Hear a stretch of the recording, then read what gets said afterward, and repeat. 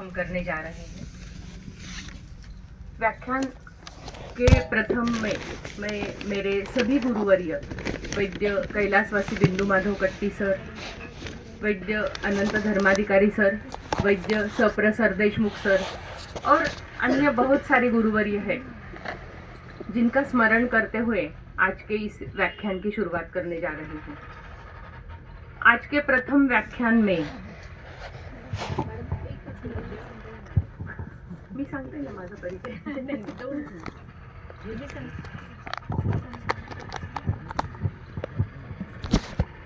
सिर्फ 2 ही मिनट आप सभी को बताना चाहती हूँ कि मैं कौन हूँ।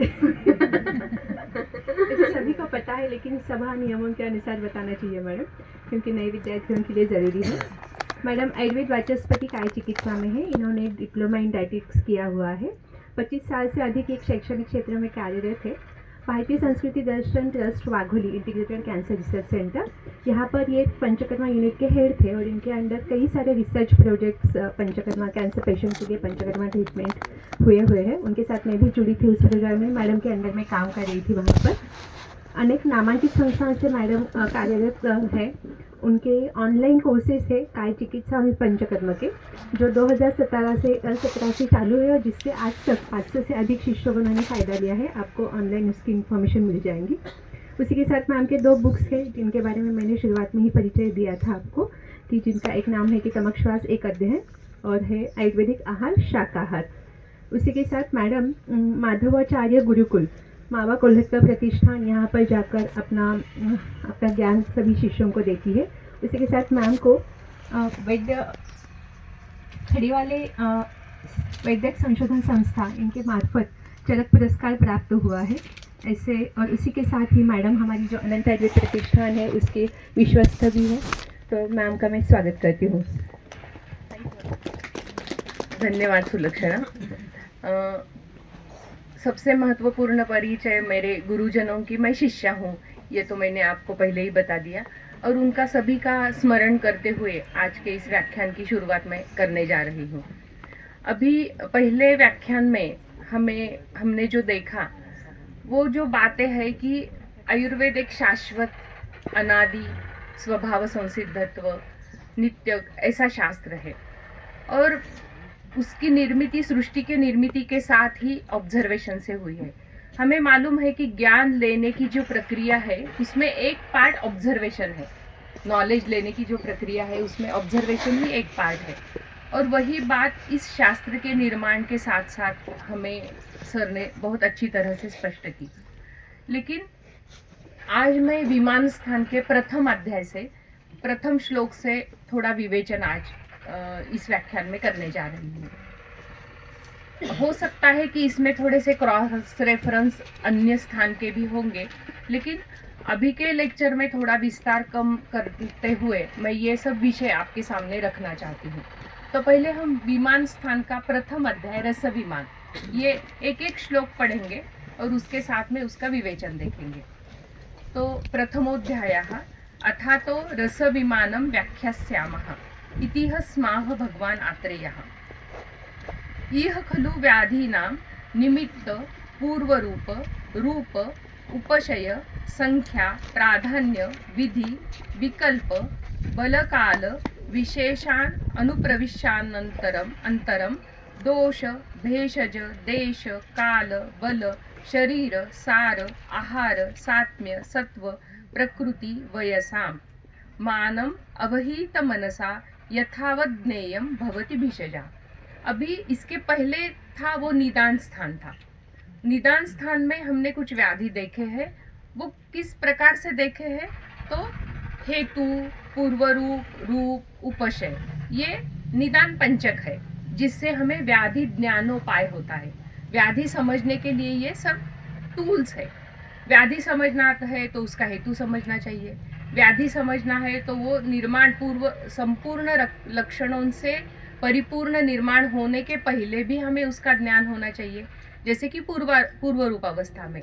और जब दोषों का चय होता है तब पूर्व रूप निर्माण होते हैं। चय, प्रकोप, प्रसर, स्थान संश्रय, व्यक्ति और भेद। जब स्थान संश्रय होता है तब पूर्व रूपों की निर्मिति होती है, और जब व्यक्ति होती है तब रूपों की निर्मित होती है। तो आयुर्वेद शास्त्र में व्याधि के निर्माण के बहुत पूर्व प्रथम अवस्था में ही उसका निदान करने को बताया है, और जब पहले निदान होगा तो चिकित्सा भी सुकर होगी। जैसे कि चय की चिकित्सा क्या है? स्व हेतु का द्वेष होना, स्व लक्षणों का जो निर्माण करता है उसका द्वेष होना है। अपने आप खुद को भी होता है, जो खुद को समझता है अगर उसका सम्मान करे और आगे चले तो बहुत अच्छा होता है। नहीं तो क्या, मुझे श्लेष्मा से मतली हो रही है, नहीं ये मैं पैन 40 ले लेती हूँ, कुछ और दे देती हूँ, अमल की चूर्ण लेती हूँ, और मुझे जो द्वेष हो रहा है वो अगर मैंने समझा नहीं तो संप्राप्ति आगे आगे जाएगी। आया ना समझ में? इतना खुद को पहचानना और खुद के शरीर से जो संवेदना आती है वो समझना, वो चय से ही शुरुआत होती है। और ये हमें समझना है, हम आयुर्वेद के वैद्य है, आयुर्वेद के स्नातक है, इनको समझना जरूरी है। लेकिन इससे भी आगे हमारी रिस्पॉन्सिबिलिटी क्या है? हम हमारे रुग्णों को ये समझाएं। तो चय अवस्था में ही अगर रुग्ण हमारे पास आ गए तो वो प्रसर, स्थान संश्रय, व्यक्ति भेद तक नहीं जाएंगे। जब रुग्ण हमारे पास आता है तो कब आता है? पूरे अन्य पैथी के पास जाके। जब संप्राप्ति कैसी होती है? रूप के आगे ही जाके, कभी कभी उदरक के साथ, कभी कभी उपद्रवों के साथ आती है, और तब हमें लगता है कि चिकित्सा सुकर नहीं होती है और हमारा शास्त्र हमें यश नहीं देता। लेकिन अगर शास्त्र का यहाँ से ही, इसी बात से ही अध्ययन शुरू किया तो हमें शास्त्र निश्चित रूप से यश देता है। और वही बात निदान स्थान में बताई है, निमित्त, पूर्व रूप, रूप, उपशय, संख्या, प्राधान्य, वो संप्राप्ति के भेद है, संख्या, प्राधान्य, विधि, विकल्प आदि। अब क्या करना है? तो अभी दोष, भेषज, देश, काल, बल, शरीर, सार, आहार, सात्म्य, सत्व, प्रकृति, वयसाम, मानम, अवहित मनसा यथावज्ञेय भवति भिषजा। ये सब का ज्ञान हमें होना चाहिए। मान ज्ञानायत्तत्वात् क्रियायाः। दोषों का ज्ञान, दोषों के मानों का ज्ञान, इसका मतलब दोषों का परिपूर्ण ज्ञान समझ के ही क्रिया करनी चाहिए। न ही मानज्ञो दोषादीना भिषक व्याधि निग्रह असमर्थो भवति। क्या बताया है कि दोषादि का ज्ञान अगर ठीक नहीं हुआ तो भिषज व्याधि के निग्रह को असमर्थता से, परिपूर्णता से यशदायी चिकित्सा नहीं कर सकता। तो इसका एक मतलब क्या हुआ कि अगर हमें व्याधि की चिकित्सा करनी है तो हमें क्या होना चाहिए? दोषों का यथावत ज्ञान होना चाहिए, न कि व्याधि का नाम ज्ञान होना चाहिए, न कि व्याधि के डायग्नोसिस के लिए जो फाइल हमारे सामने आती है उसका सिर्फ ज्ञान होना चाहिए। एक बात मैं बताती हूँ, मेरे पास अगर प्रमेह का रुग्ण आया तो अगर वो कफज प्रमेह है तो अगर हमने BSL देखी या HbA1c देखा तो उसकी मात्रा बहुत ज़्यादा नहीं होगी, और अगर वातज प्रमेह का रुग्ण देखा तो 500 से ज़्यादा शुगर होगी। और फिर 500 से ज़्यादा शुगर है, वातज प्रमेह हमने नहीं समझा, हम ही डर के उसको अगर डायबिटोलॉजिस्ट के पास भेज दिया तो क्या होगा? वातज प्रमेह, उसमें और भी एलोपैथी के जो ड्रग है उससे और भी शरीर में रोगक्षता आती है, और वातज प्रमेह से कि उसकी चिकित्सा से क्या होता है? ब्लड शुगर कंट्रोल होती है, HbA1c कम होता है, लेकिन कुछ दिन के बाद वो उसका परिणाम नेत्र के ऊपर होता है, किडनी के ऊपर होता है, और अन्य अवयव भी होता है। और अगर हमारे पास वातज प्रमेह का रुग्ण आया और उसने हमें बताया कि मैं इंसुलिन पे हूँ, मैं इंसुलिन नहीं छोड़ूंगा क्योंकि वो मेरे लिए लाइफ सेविंग है, लेकिन इंसुलिन का डोज नहीं बढ़ना है, इसके लिए मुझे चिकित्सा चाहिए, तो हम पहले उसको हाँ बोल के चिकित्सा शुरू करेंगे। हमारी चिकित्सा से डायबिटोलॉजिस्ट इंसुलिन का डोज कम करता है, बढ़ाता नहीं। ये कब होता है? ये सब ज्ञान होके अगर हम चिकित्सा करते हैं, दोषादि का ज्ञान, दोषादि मान ज्ञान अगर हम लेते हैं तो उसकी चिकित्सा अगर हम उसके साथ करते हैं तो निश्चित रूप से हमें यश मिलता है। तो तस्मात् दोषादि मान ज्ञानार्थम विमान स्थानम। विमान स्थान क्या है? दोषादि मान ज्ञान होने के लिए विमान स्थान है। अगर हमें ये एक मालूम है कि व्याधि दोषों से होता है, दोषाः एव ही सर्वेषां रोगाणाम एक कारण, इतना स्पष्ट और इतना सरल और इतना एक सूत्र में बताया है कि व्याधि है तो दोष जरूर कुछ न कुछ गलती कर बैठे हैं हम, हमारे रुग्ण, और दोष का कुछ तो भी विकृति हुई है। ये अगर समझते हैं तो दोषों का ज्ञान के लिए बहुत सारे एंगल है। हेतु क्या है, किस हेतु से दोष प्रकोप हुआ है, किस हेतु से, किस एक गुण से दोष का प्रकोप हुआ है, इसका वर्णन अष्टांग संग्रह में बहुत अच्छा दिया है कि वात प्रकोप कभी लघु गुण से भी होता है। लघुना कुपते वायु रूक्षेण वा परुषेण वा कषायेण वा। तो एक एक गुण से प्रकोपित हुआ वायु हमें अगर समझना अच्छा होता है तो अगर लघु गुण से प्रकोपित हुआ है गुरु द्रव्य दो, अगर वात प्रकोप हुआ है तो हमारे सामने आता है समीर पन्नो, एकांग वीर रोज और कुछ कुछ बस्ती चिकित्सा। लेकिन अगर हमें समझ में आया है कि इसका अध्वगमन ज्यादा है, ये बहुत ज्यादा तड़तड़ करता है, बहुत ज्यादा फिरता है और पुरोवात से ही वात प्रकोप हुआ है, तो केवल उसकी ही चिकित्सा करो, उसके ही चिकित्सा के लिए कुछ औषधि दे दो और उसके ही उपचार के लिए कुछ क्रियाकर्म बताओ, नित्य अभ्यंग करने को बोलो। पुरोवात सेवन से जो वात प्रकोप होता है, अभ्यंग से भी वो प्रशांत होता है। तो ये समझ के अगर हमने चिकित्सा किया तो एक एक औषध हेतु से, एक एक हेतु के गुणों से जो प्रकोप होता है उसकी हम चिकित्सा करते हैं। और वही बात तस्मात् दोषादिमान ज्ञानार्थम विमान स्थानम उपदेक्षामो अग्निवेशः। इसलिए अभी विमान स्थान में जैसे कि सर ने बताया कि तंत्र युक्ति के साथ हमारे जो ग्रंथ है वो निर्देश करने वाले हैं, कुछ उद्देश्य से निर्देश करने वाले हैं और ये संपूर्णतः संक्षेप में बताया है। उसका ऊहन के साथ हमें विस्तार करना है, हमें उसका विस्तार करके उसका अध्ययन करना है। अभी अगला श्लोक, तत्रादो रस द्रव्य दोष विकार प्रभावान वक्ष्यामः। क्या क्या बताएंगे?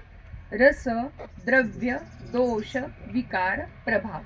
अभी दोष और रसों का संबंध है, रस का और दोष का संबंध है।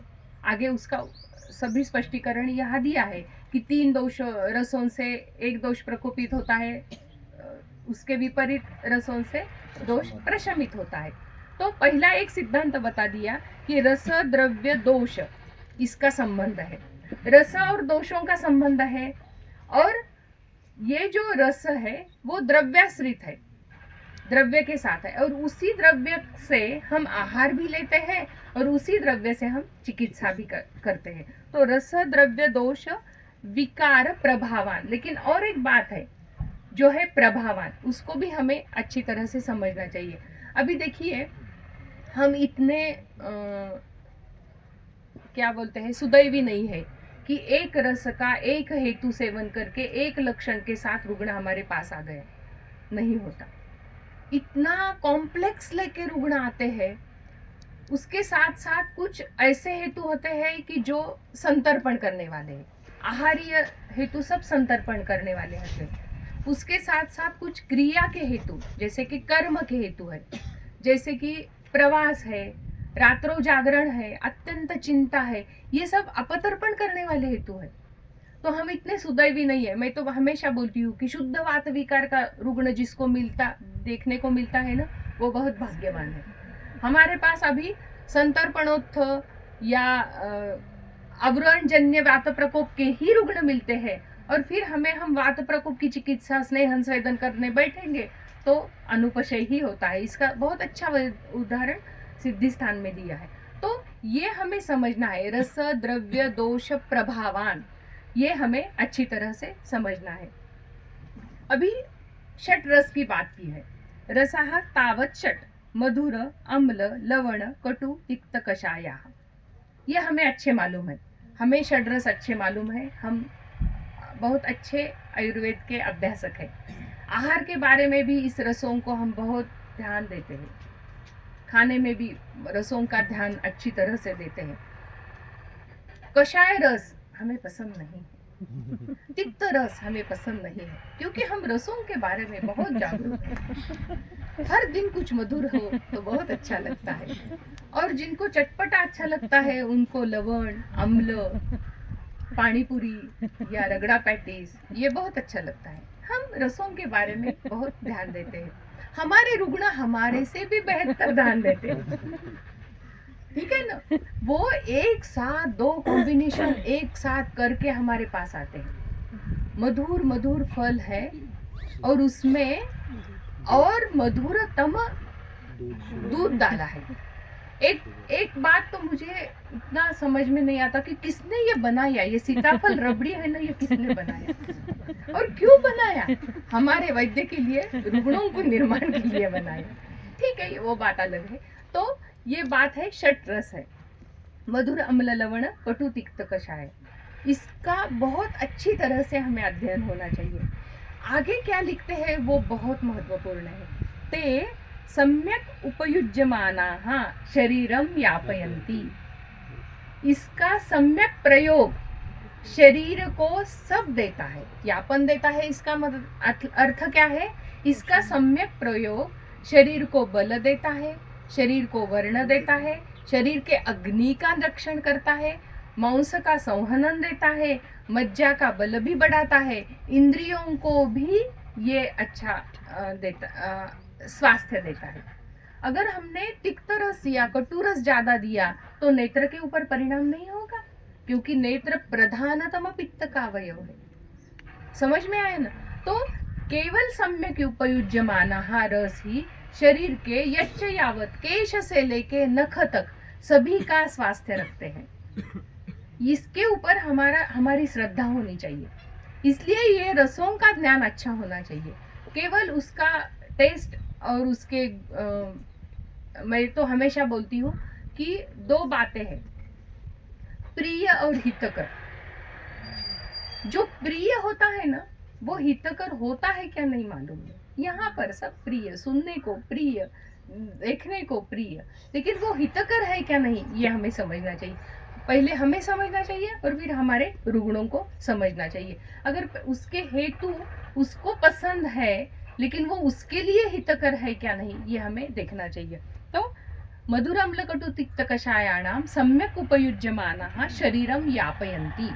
तो शरीरम यापयन्ति का इसका हमें विस्तार करना है।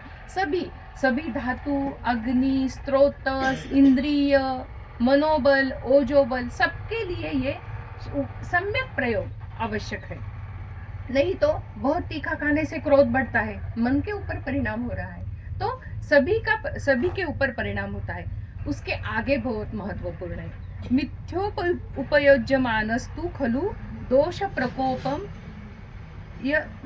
प्रकोपाय उपकल्पन्ते। तो इसका असम्यक प्रयोग, मिथ्या प्रयोग इसका अर्थ है अयोग, अतियोग या मिथ्या योग। ये जो करता है तो वो क्या करता है? दोष प्रकोप करता है। डायरेक्टली व्याधि निर्माण नहीं करेगा, लेकिन उसका सतत अभ्यास्यमान हो गया तो वो प्रकोपित दोष शरीर में कहीं तो भी स्थान संश्रय करेगा। और अगर स्थान संश्रय कर बैठा तो पूर्व रूप दिखाएगा, और वो तभी भी दुर्लक्ष्य हो गया तो वो रूप दिखाएगा, तभी भी दुर्लक्ष्य हो गया तो बलवान रूप दिखाएगा। तो ये रसों की बात महत्वपूर्ण है। अभी देखिए, सम्यक इसका अर्थ है योग्य प्रमाण में। रसों की बात करते हुए आहार शास्त्र में भी बताया है कि कौन सा रस प्रथम लेना है, कौन सा रस अधिक मात्रा में लेना है, कौन सा रस अल्प मात्रा में लेना है। हमारे आहार पद्धति में जो बताया है ना, जो हम ताट परोसते हैं, उसका भी एक महत्वपूर्ण है। जो अम्ल है, जो लवण है, जो ज्यादा तीखा है, वो लेफ्ट हैंड में परोसा जाता है। जो थोड़ा ज्यादा लेना चाहिए, दाल है, सब्जी है, वो राइट हैंड में परोसा जाता है। जो चावल है, जिसके ऊपर थोड़ी दाल है, उसके ऊपर घी है, उसके ऊपर नींबू निचोड़ा है। अभी खाने का टाइम हो गया, मैं जो वर्णन करूंगी, लेकिन थोड़ा मुझे सहन करो आप। तो ये सब है, तो ये उसकी मात्रा अधिक है, रोटी की मात्रा अधिक है। सबसे पहले मधुर रस लेना है। अभी पहले मधुर रस लेना है, इसका अर्थ हर दिन बासुंदी, श्रीखंड, खवा बर्फी, ऐसा नहीं है। सबसे पहले मधुर रस लेना है। इसका अर्थ है थोड़ा चावल ले लो या ज्वार की रोटी ले लो, और उसके बाद में लास्ट में अन्य रस का। जो बाएं हाथ के है ना, कटु, अम्ल, तिक्त, वो ऐसे खाने हैं, चाटने हैं, लेहन करना है। और जो बड़े हैं वो आशित, खादित, लीढ़, ये आहार के सभी है। आशितम, खादितम, लीढ़म, तो ये सभी का वर्णन यहाँ के रस के साथ हमें आना है। तो इस अर्थ से हमें रस को समझना है। तो इसका मिथ्या उपयोग उपयुज्यमानस्तु खलु दोष प्रकोप प्रकोपाय उपकल्पन्ते। अभी सम्यक मात्रा में लवण, सम्यक मात्रा में मधुर लेना है। आजकल क्या होता है, तीसरी, चौथी, पांचवी के लड़कों के भी बाल सफेद दिखने लगते हैं। बहुत बार इसका कारण अत्यंत लवण और अम्ल रस है। अभी हम जब ट्रिप को जाते हैं तो सबके हाथ में एक एक पैकेट रहता है, कुरकुरे का, चिप्स का, वेफर्स का। इसमें अभी लवण, घर में जो हम सब्जी में लवण डालते हैं ना, वो सामान्य लवण है। और जो वेफर्स में आता है ना, वो तर लवण है, तम लवण है। समझ में आया ना? वो उसको ज्यादा दिन तक रुकने के लिए लवण के साथ साथ और भी साइट्रेट भी डाला जाता है, एसिड भी डाला जाता है, तो वो तरतम हो गया। जैसे कि हम बोलते हैं ना कि पापड़ में हम पापड़ खार डालते हैं। हर दिन की सब्जी में हम पापड़ खार नहीं डालते। पापड़ हम कभी कभी रोस्ट करके या तल के खाते हैं, इसलिए उसमें क्षार डाला जाता है। लेकिन हर दिन लवण आवश्यक है, नहीं तो लवण कम करने से भी भ्रम या पोटेशियम लॉस या सोडियम लॉस होता है। उसके भी अलग अलग लक्षण हैं, तो उसका भी सम्यक मात्रा आवश्यक है। तो इसलिए हमें ये समझना आवश्यक है। अभी इसकी थोड़ी टीका हम देखेंगे।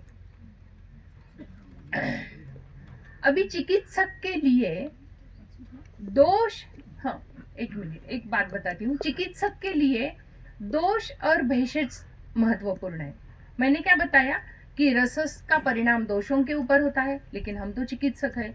ये रस मधुर खाया क्या, अम्ल खाया क्या, ऐसा नहीं पूछते हुए क्या क्या खाते हो और उसमें क्या रस है, ये हमें समझना चाहिए। हमारे लिए प्रिस्क्रिप्शन लिखने के लिए महत्वपूर्ण क्या है, दोष और भेषज महत्वपूर्ण है। लेकिन वो किस माध्यम से आते हैं, वो रस के माध्यम से आते हैं। दोष को प्रकोपित करने वाले भी रस है, और औषध चिकित्सा भी रसों के माध्यम से ही की जाती है। आया ना समझ में? तो हमें व्याधि समझने के लिए भी रस महत्वपूर्ण है, और प्रिस्क्रिप्शन लिखने के लिए भी रस महत्वपूर्ण है। अभी देखिए, शुंठी और मरीच कौन से रस के हैं? कटु है। लेकिन उसमें भेद है, बहुत भेद है। अगर जिसको मरीच चाहिए उसको अगर हमने शुंठी दे दिया तो बहुत दिन तक चिकित्सा करनी पड़ेगी, और अगर जिसको शुंठी चाहिए और उसको मरीच दे दिया तो दूसरे दिन पेशेंट नहीं आएगा। इतना महत्वपूर्ण है। तो ये क्या है, ये कटु रस का भी तरतम है। ये देखिए, मैं संहिता की अभ्यासक हूँ। मैं संहिता की ग्रेजुएशन या ऐसा कुछ नहीं किया, पोस्ट ग्रेजुएशन नहीं किया। मैं एक चिकित्सक हूँ। मेरे एक्सप्लेनेशन में बहुत सारे न्यूनता भी रहेगी, वो मेघना मैडम, अभिजीत पूर्ण करेंगे। मैं लेकिन चिकित्सक के लिए क्या चाहिए वो बताने का प्रयास करूंगी। तो इसकी जो टीका है वो सब टीका ना समझते हुए हम कुछ बताएंगे। थर्ड लाइन, तथा अप्यह, तथा दोषस्य अपि च रसद्रव्ययोः कारणत्वेन भेषज शब्दसूचिते रसद्रव्ये एव अग्रे कृते। एक मिनट, अभी उसके पहले की लाइन है, रसद्रव्य रूप भेषजस्य अपेक्षित रोग प्रशम कर्तृत्वेन तथा दोषस्यापि। क्या हुआ? रसद्रव्य रूप भेषज। हमारा भेषज क्या है? द्रव्य रूप है, लेकिन उसका माध्यम क्या है? रस है। रसद्रव्य रूप भेषजस्य अपेक्षित रोग प्रशम कर्तृत्वेन, वो क्या करेगा? रोग को कम करेगा। तथा दोषस्यापि, वो पहले क्या करेगा? दोष को सम्यक अवस्था में लाएगा और व्याधि को भी कम करेगा। च रसद्रव्ययोः एव कारणत्वेन, तो रस, यही बात, द्रव्य का रस, यही बात उत्तम कारण है व्याधि निर्माण करने के लिए, दोषों के लिए भी और चिकित्सा करने के लिए भी। ये सब समझते हुए हम क्या करेंगे, कारणत्वेन भेषज शब्द सूचिते रसद्रव्ये एव अग्रे कृते, तो हमें रस समझने के लिए रस से संपूरित जो द्रव्य है उसको समझना है और उसका ही भेषज के लिए प्रयोग करना है।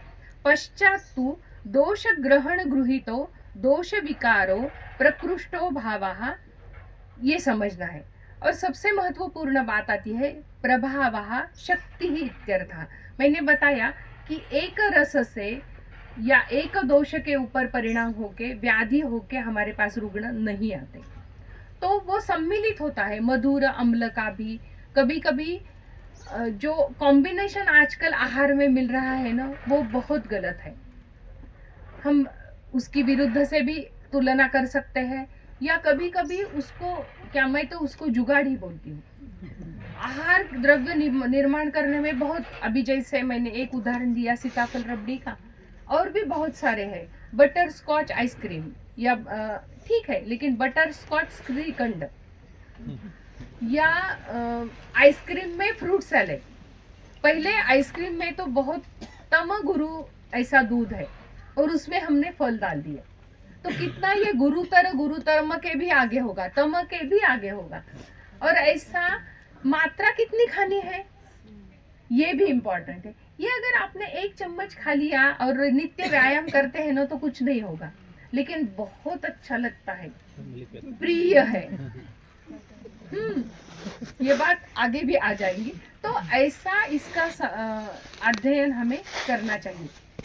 अभी ये सबका कॉम्बिनेशन, इसका प्रभाव अलग होता है, क्योंकि इसका गुण बदलते हैं, ये तरतम होता है और फिर उसका प्रभाव बदलता है। इसका अर्थ ये होता है कि शक्ति ही इत्यर्थः, उसकी बलवान श्लेष्मा निर्माण करने की शक्ति हो जाती है, उसका बलवान पित्त निर्माण करने की शक्ति उसमें आती है, वीर्यता आती है। और फिर हमें लगता है कि नहीं, ये तो फल भी नित्य सेवनीय है और दूध भी नित्य सेवनीय है, लेकिन हमने कृतान्य कल्पना जो बनाई है वो बहुत जुगाड़ हो गई। और उसका कारण वो शक्ति वीर्यता शरीर में दोषों के ऊपर, पहले अग्नि के ऊपर और उसके बाद में दोषों के ऊपर ही परिणाम करता है। और मिथ्या शब्द का अर्थ यहाँ पर बताया है। मिथ्या शब्द यह अयोग अतियोग मिथ्या योगेशु वर्तते। अभी ये मिथ्या योगेशु तो हमारे पेशेंट ही हमें बताते हैं, उसकी लिस्ट हमें बढ़ाना है तो पेशेंट के सब हेतु निकालो, हमारी लिस्ट बढ़ जाएंगी।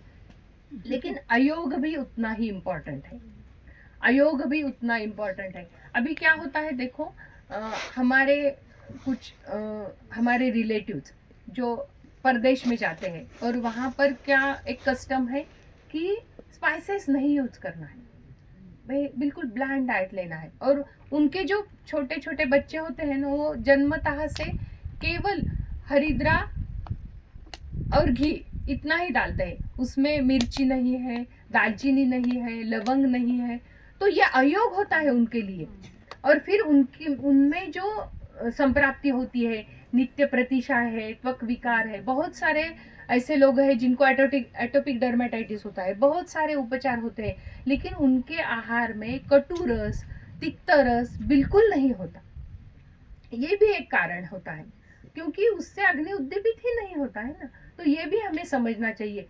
तो भारतीय आहार या हमारे यहाँ जो आहार लिया जाता है वो षड्रसात्मक चतुर प्रकार में, आशितम, खादितम, पीतम, लीढ़म, ये और षड्रसात्मक, उसके बहुत सारे विकल्प होते हैं, लेकिन वो बहुत इंपॉर्टेंट है। अभी देखिए आगे का श्लोक, दोषाः पुनः त्रयो वात पित्त श्लेष्माणः। हमने षट रस देखे, 6 रस है ये देखा। अभी हम देखेंगे दोषाः पुनः त्रयो वात पित्त श्लेष्माणः ते प्रकृतिभूताः शरीर उपकारका भवन्ति विकृतिम आपन्नास्तु खलु नानाविधैः विकारैः शरीरम उपतापयन्ति। पहले हमने देखा सम्यक उपयुज्यमानाः रसाः शरीरम यापयन्ति, मिथ्या योग उपयुज्यमानाः दोषों के ऊपर परिणाम, और दोष ही बदल गए, दोषों का प्रमाण, दोषों के गुण, दोषों का कर्म बदल गया तो क्या होगा?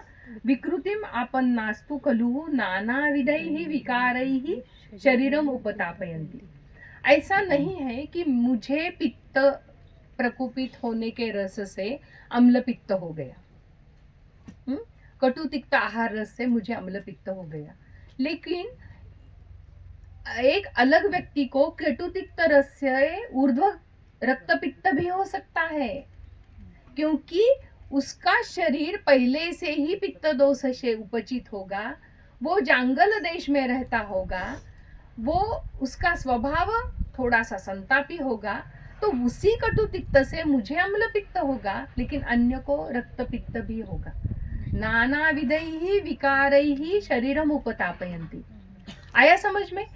लेकिन उसी रस का चिकित्सा करने से उसका रक्त पित्त भी प्रशांत हो जाएगा और मेरा अम्ल पित्त भी प्रशांत हो जाएगा। सब्जेक्टिव अग्नि का भी विचार करना है। यहाँ पर हम रस दोष की बात कर रहे हैं, इसलिए अग्नि, सब्जेक्टिव अग्नि को तो हमें ध्यान में रखना ही। आया समझ में? दोषाः पुनः त्रयाः वात पित्त श्लेष्माणः प्रकृति भूताः शरीर उपकारका भवन्ति। हमारे शरीर के सभी स्रोतस, इंद्रिय, सभी अग्नि, सभी धातु के सभी कर्म उत्तम होने के लिए कौन अच्छे चाहिए? दोष। दोषाः एव ही सर्वेषां रोगाणाम एक कारणम। उतना ही महत्वपूर्ण दोष धातु मल मूलम ही शरीरम। शरीर के प्राकृतिक शारीरिक क्रिया के लिए दोषों की अवस्था प्राकृत होना बहुत आवश्यक है। आया समझ में?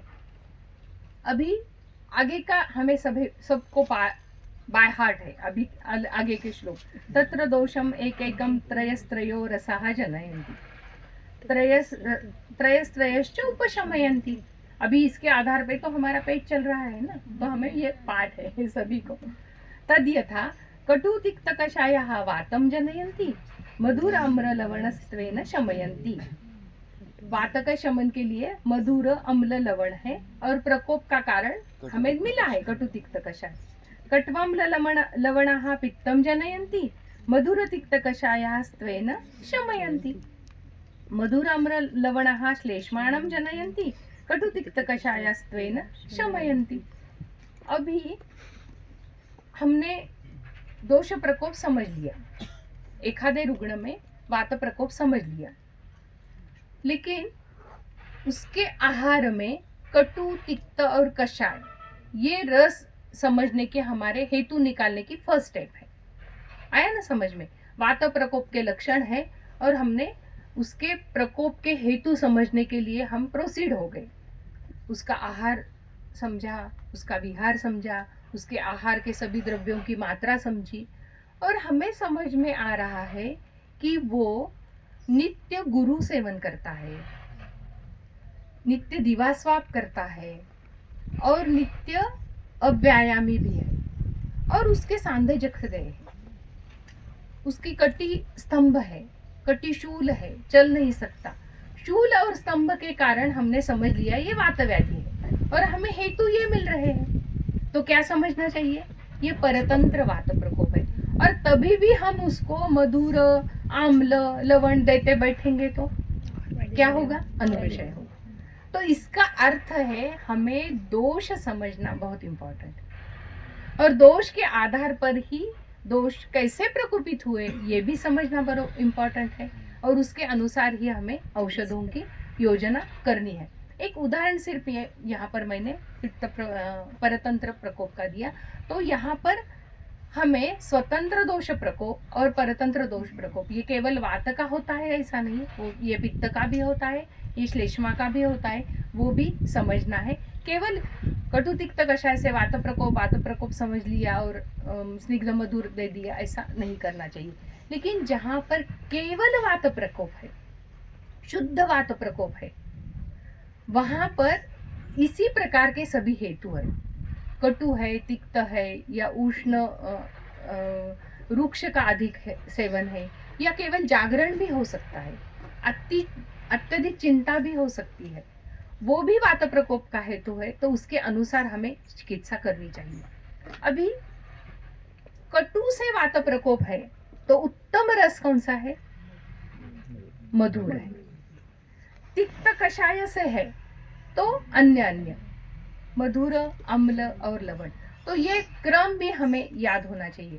लेकिन मैं फिर से बोलती हूँ कि हम इतने सुदैवी नहीं है कि ये कॉम्बिनेशन से आता है, तो इसलिए हमें कुछ औषधि द्रव्यों का प्रयोग करना। एक उदाहरण बताती हूँ कि शुंठी पित्त शामक है, बराबर है, शुंठी पित्त शामक है, लेकिन शुंठी से बना हुआ लघु सूचशेखर क्या है? उसमें लघु सूचशेखर में गैरिक और नागर शुंठी है और नागबेल पत्र का उसकी भावना है।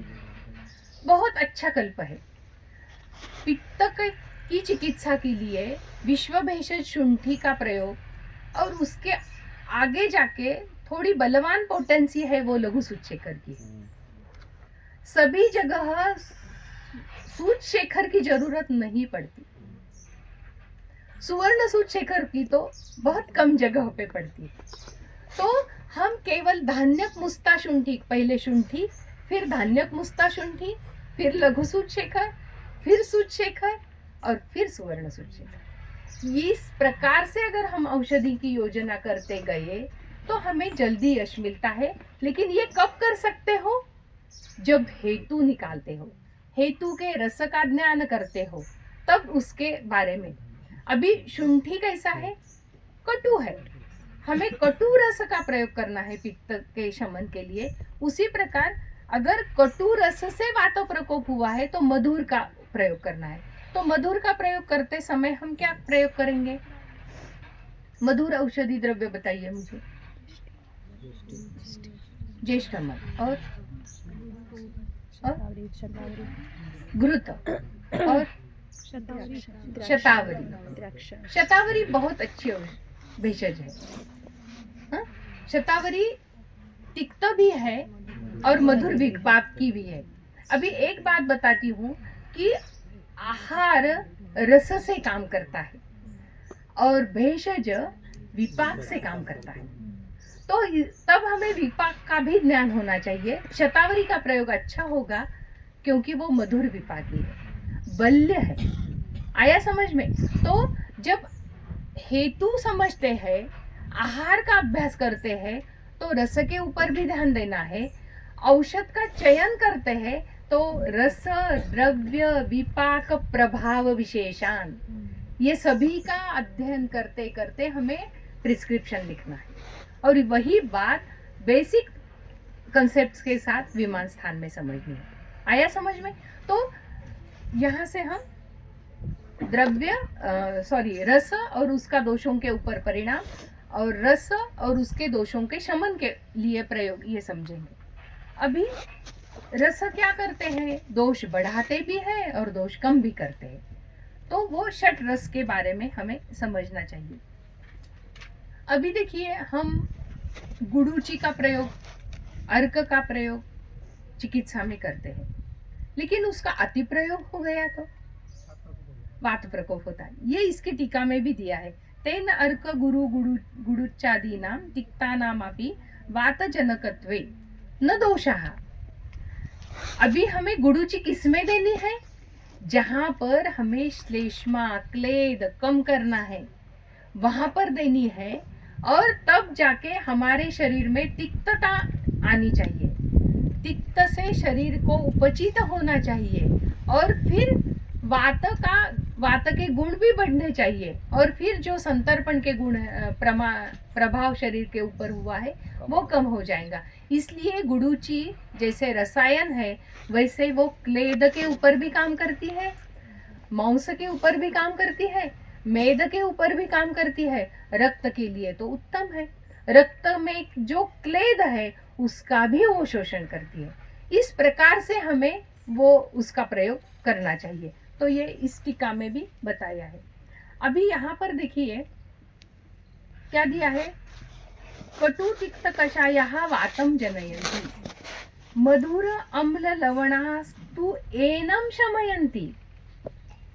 देखिए, अभी एन की जो टीका है ना वो हम पढ़ेंगे पहले। एनम इति पदेन यश्च कट्वादीजो वायुस्तमम एव मधुरादयाः सर्वात्म वैपरीत्यात् विशेषेण शमयन्ति इति दर्शयति। अभी कभी कभी हेच करायचंय, मराठीत म्हणतो आपण, यही देना है। तो उसी प्रकार कटुतिक्त कषाय से अगर प्रकोपित हुआ है तो मधुर अम्ल लवण एन ही औषध है। इस प्रकार से हमें ये समझना है। अभी देखिए आगे की टीका बहुत ज्यादा महत्वपूर्ण है। केवल आहार रस, द्रव्य के रस, भेषज के रस ये हमने समझ लिए, लेकिन जैसे मैंने बताया कि पेशेंट केवल खा के नहीं आता, खा पी के नहीं आता, कुछ करके भी आता है। बहुत एडवेंचर किया, ये इनके बारे में नहीं बोलूंगी मैं। बहुत एडवेंचर किया, 600 किलोमीटर एक दिन, 900 किलोमीटर एक दिन। लेकिन ये कौन करेगा? जो नित्य अभ्यंग करेगा उसको परिणाम नहीं होगा इसका। लेकिन जो अभ्यंग नहीं करेगा, जो आहार में स्नेह का प्रयोग नहीं करेगा, उसको परिणाम होगा। आया ना समझ में? इसलिए तो आजकल स्पोर्ट्स फिजियोथेरेपी को बहुत स्कोप है। उनके केवल सिम्टोमेटिक ट्रीटमेंट से नहीं होता, हमारे पंचकर्म उपचार, अभ्यंग आदि उपक्रम, शोधन आदि उपक्रम से बहुत लाभ होता है। तो मैंने कैसे बताया कि कुछ खा के और पी के नहीं आता, कुछ करके भी आता है। वो इस टीका में दिया है, देखो। एनमिति पदेन यश्च कट्वादिजयो वायुस्तमं मधुरादयः सर्वात्मं वैपरीत्यात् विशेषेण शमयन्ति इति दर्शयति। जागरणादिजैः वायो जागरणादि विपरीतः स्वप्नादया एव विशेषेण पथ्यः। जागरण होने से वात प्रकोप हुआ और हमने शिरोधारा कर दी, कुछ फायदा नहीं होगा। उसको अच्छा शयन करने के लिए कक्ष ही दे दो। आया ना समझ में? अगर बहुत जोर से आवाज आ रही है और जा सो जा, नहीं, वो सो भी नहीं सकेगा। उसके सोने के लिए व्यवस्था करो, जागरण आदि से वात प्रकोप कम हो जाएंगे। आया समझ में? ये एक उदाहरण यहाँ पर दिया है। ऐसे बहुत सारे कर्म हैं।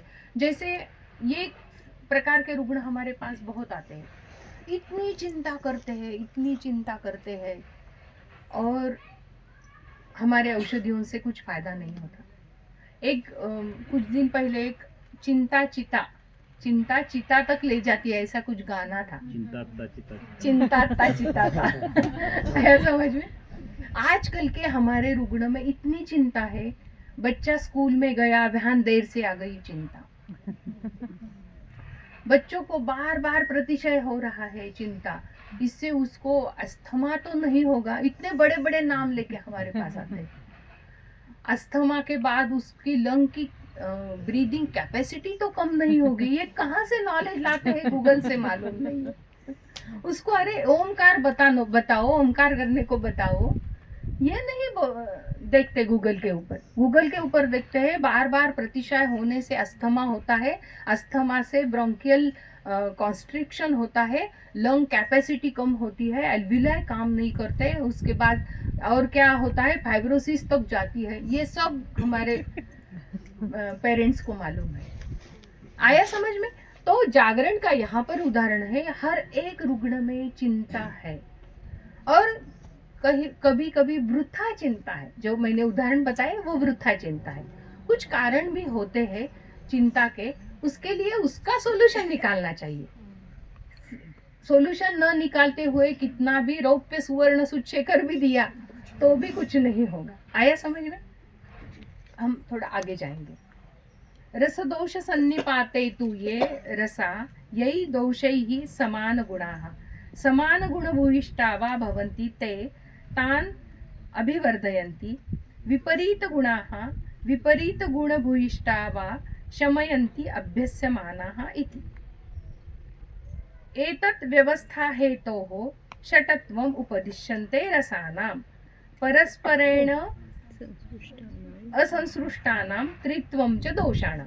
यहाँ पर और एक बात बता दी कि दोष रस 6 है, दोष 3 है।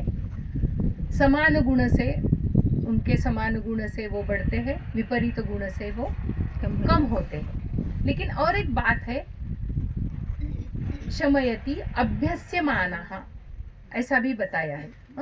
अभ्यस्य मानः, इसकी चिकित्सा भी हम देखेंगे। अभी देखिए, नित्य सेवनीय रस क्या है, उसका प्रमाण क्या है, उसके बारे में मैंने बताया कि षड्रस नित्य सेवनीय है, उसका प्रमाण अलग अलग है। लेकिन ये षड्रसात्मक आहार नित्य है, नित्य लेना है और उसका ही अभ्यास करना है। कई रुग्ण क्या बोलते हैं हमारे कि मैं बिल्कुल मधुर नहीं लेता और मेरे आहार में कटु ज्यादा है, मेरे आहार में स्नेह ज्यादा है। तो वो अगर वो जंगल देश में रहता है और स्नेह ज्यादा लेता है तो परिणाम कुछ ज्यादा नहीं होगा। लेकिन वो अनुपदेश में आ गया और वहां पर वो स्नेह ज्यादा लेने लगा, वहां पर वो हर दिन चावल की क्या बोलती है पेया लेने लगा, तो उसका परिणाम जरूर दिखेगा। आया ना समझ में? तो अभ्यस्तमान होने के लिए देश, काल, बल, ये सब का अभ्यास होना चाहिए। वो प्रथम श्लोक में ही हमने देखा है।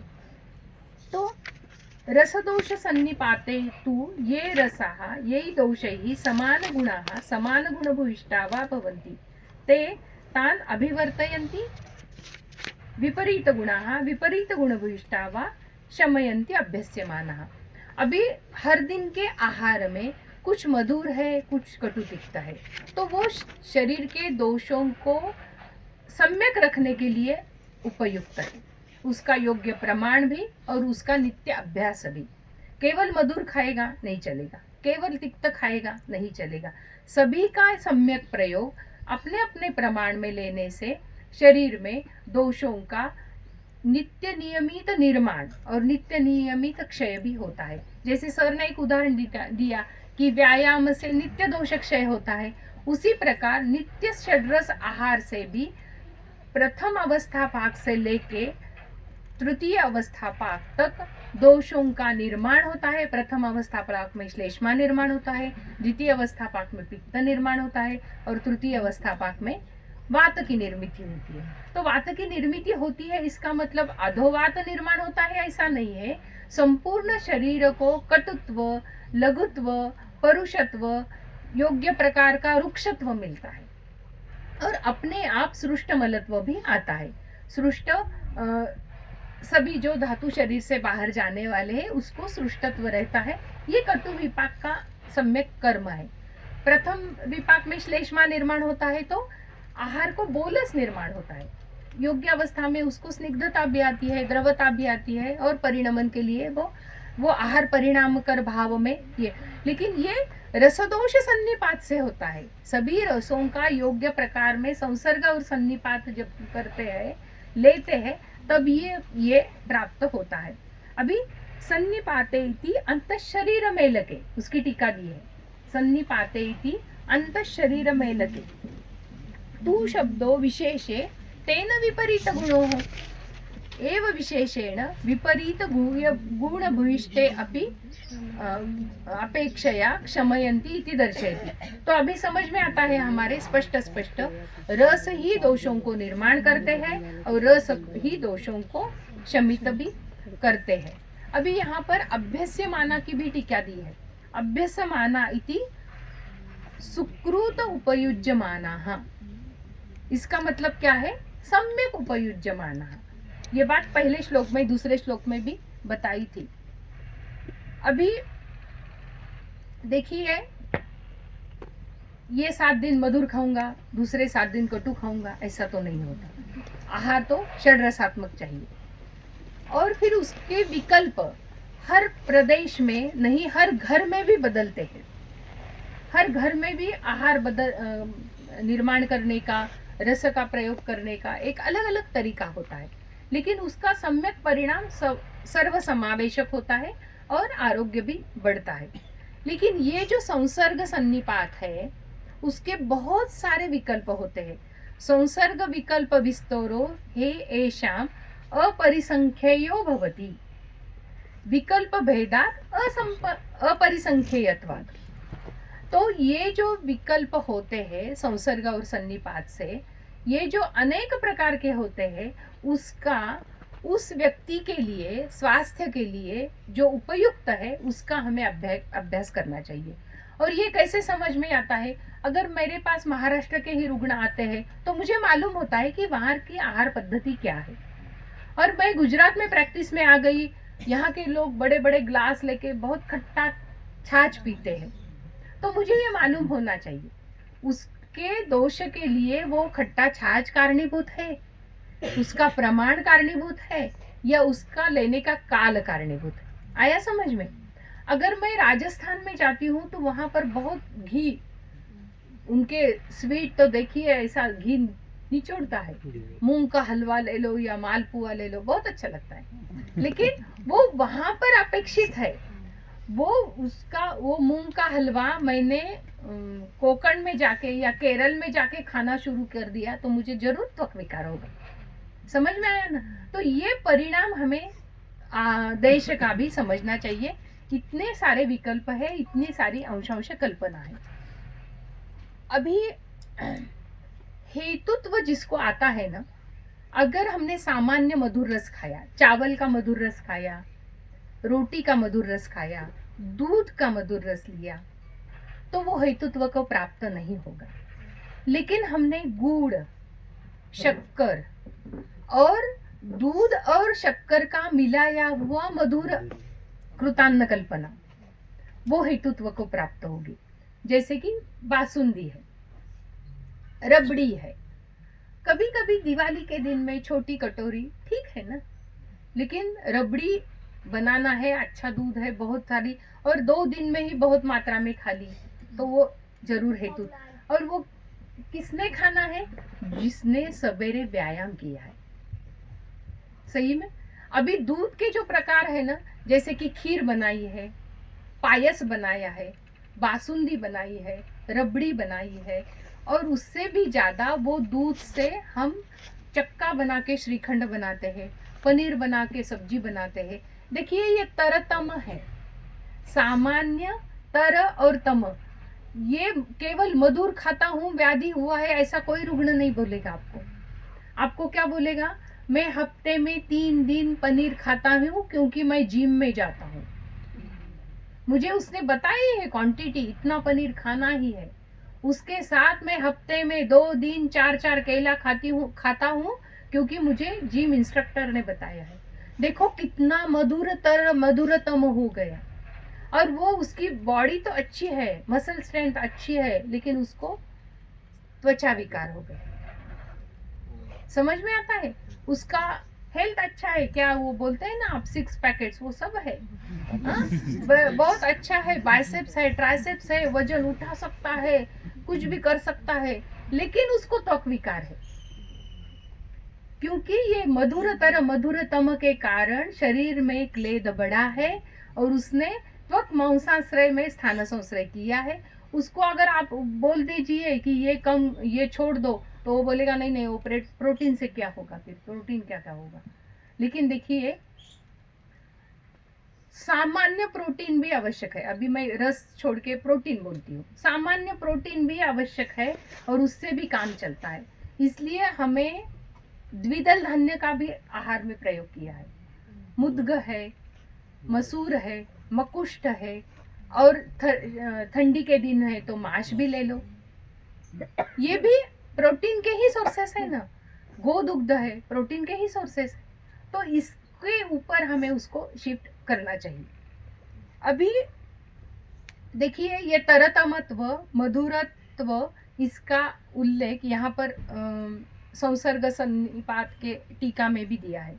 मधुरत्वादि सामान्य योगान मधुरान आदि व्यपदेशेन षटत्वम उच्यते तथा मधुर अम्ल लवणादि संसर्गान अपि सति अपि अवान्तर भेदे सामान्येन उपसंग्रहं कृत्वा त्रिषष्टित्वम संख्या नियमो भविष्यति इति।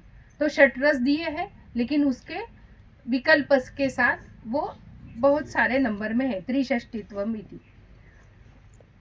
भविष्यति इति निरस्यते यतो मधुर अम्लादि संसर्गे अपि विजातीयो मधुरतर मधुरतम आदि भेदकृतो भेदो अपरिसंख्येयो भवति रसाः स्तरस्तराभ्यां तां संख्याम् अतिपतन्ति ही। तो मधुर सामान्य, मधुरतर, मधुरतम और इसके भी और सारे विकल्प कृतान्न कल्पना से जो आते हैं वो भी अलग अलग है। तो हेतु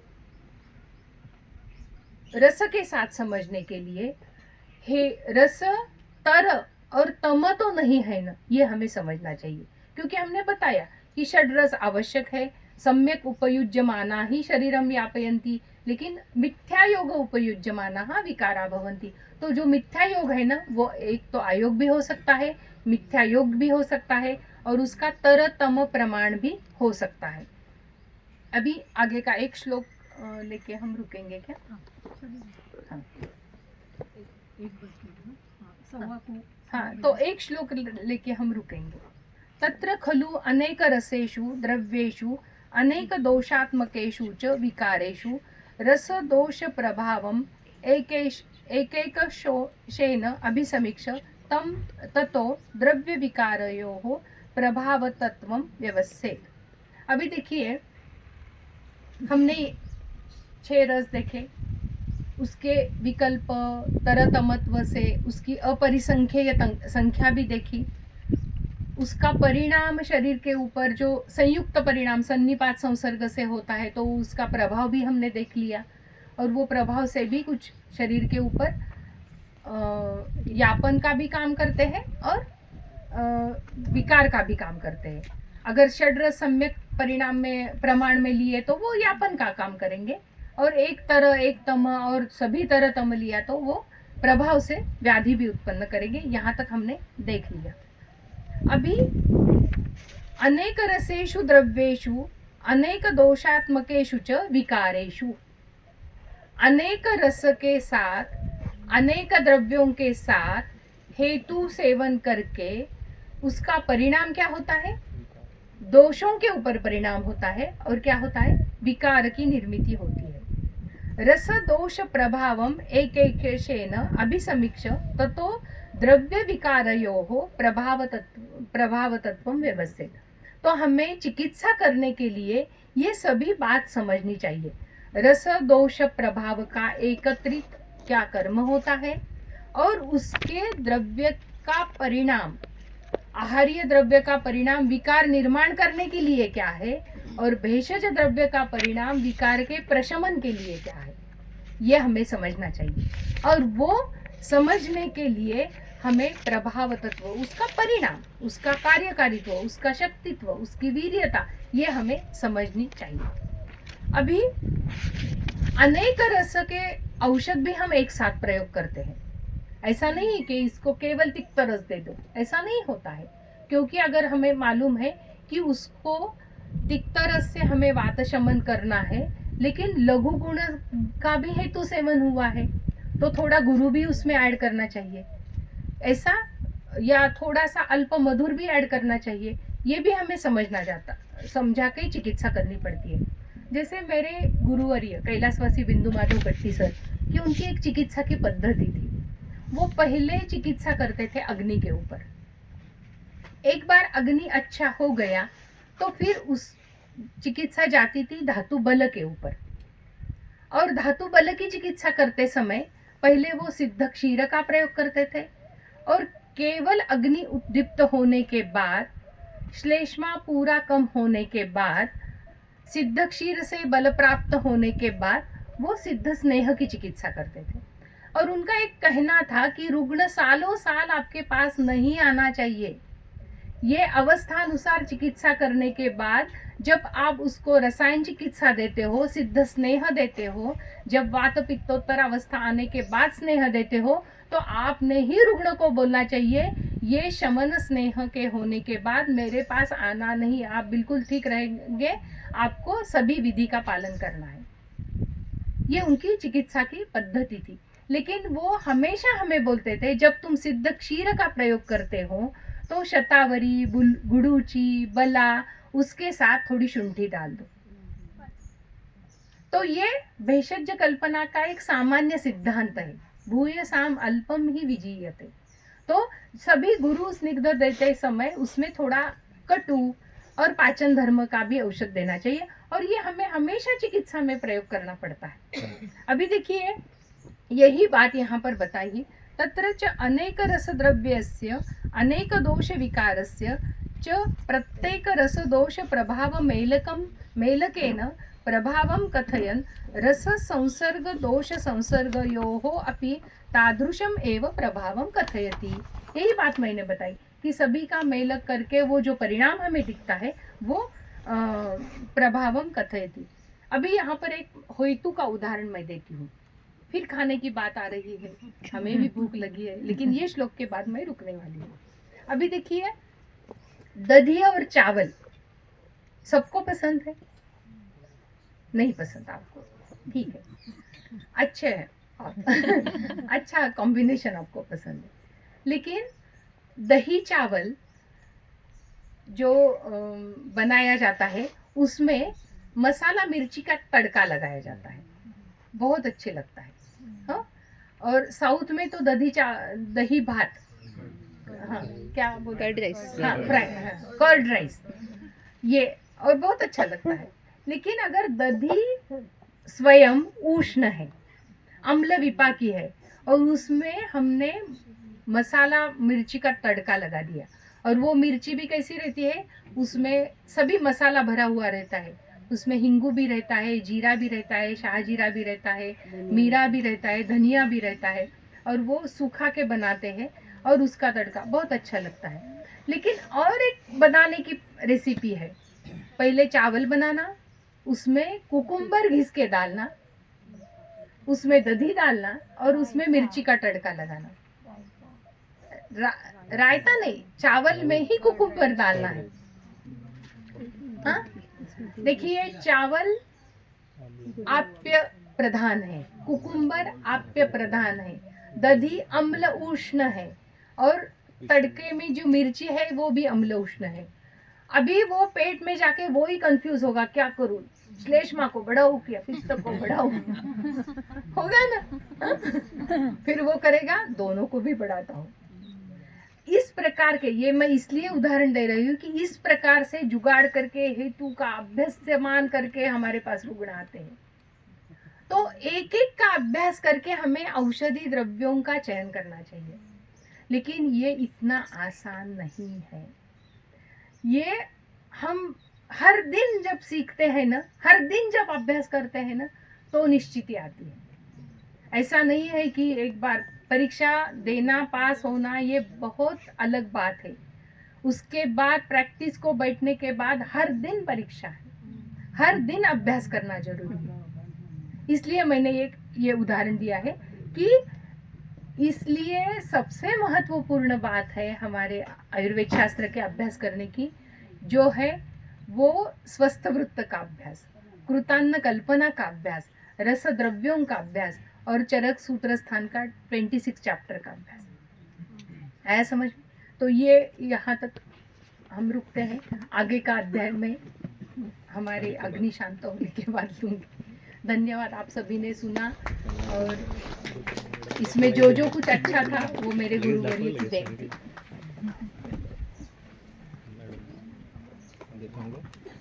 खूप सोप्या भाषेत खूप अवघड विषय एकदम मॅडम संहिता अध्यायाचा प्रभाव बघा, एक मेसेज आला पेशंट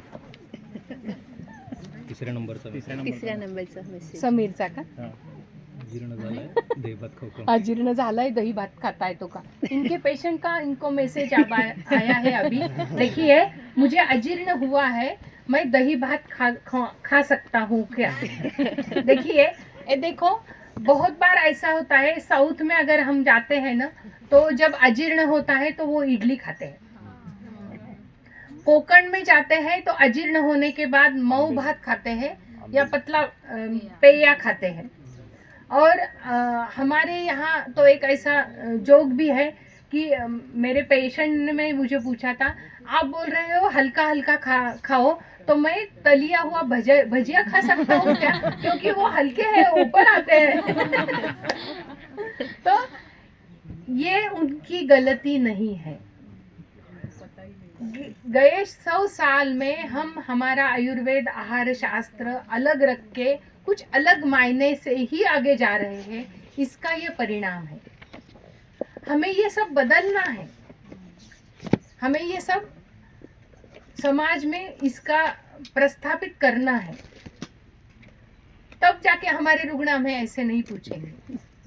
तब पूछेंगे कि आज अजीर्ण हुआ है, घर में दही चावल था, मैंने लेकिन मूंग गयूश लिया, ऐसा हमारे रुग्ण बोलेंगे।